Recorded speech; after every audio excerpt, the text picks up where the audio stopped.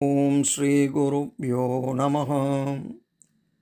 இன்றைய இறையமுதத்திலே நாம் பார்க்க இருக்கும் ஸ்தோத்திரம் 10 திசைகளிலிருந்து வரும் பகைவர்களை அழித்து காக்கும் வேல்மாறல் ஸ்தோத்திரத்தின் 12வது பாடலை பார்க்க இருக்கிறோம். வாருங்கள். ஓம் வேலும் மயிலும் சேவலும் துணை திருத்தணியில் உதித்தருளும் ஒருத்தன்மலை விருத்தமென உளத்தில் உரை கருத்தன்மையில் நடத்து குகன் வேலே தனித்து வழி நடக்குமென இடத்துமொரு வலத்துமிரு புறத்துமறு கடுத்திரவு பகற்றுணையதாகும். தனித்து வழி நடக்குமென இடத்துமொரு வலத்துமிரு புறத்துமறு கடுத்திரவு பகற்றுணையதாகும்.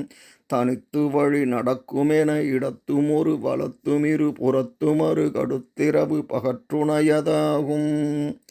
இதன் பொருள், துணையின்றி தனியாகச் செல்லும் எனது வலது இடது பக்கங்களிலும் முன் பின் பக்கங்களிலும் உடன் நின்று இரவு பகல் எப்போதும் வேல் துணையாக நம்மை காக்கும்.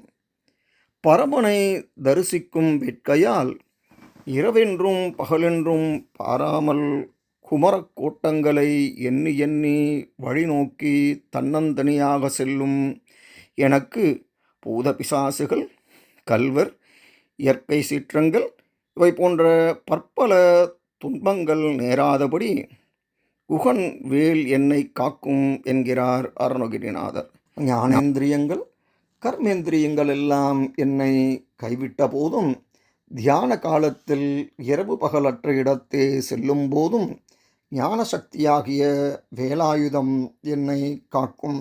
அப்பேற்பட்ட வேல் நம்மையும் காக்க வேலாயுதத்தை பணிந்து வணங்குவோம். இதன் தொடர்ச்சியை அடுத்த பதிவிலே பார்ப்போம். நன்றி, வணக்கம்.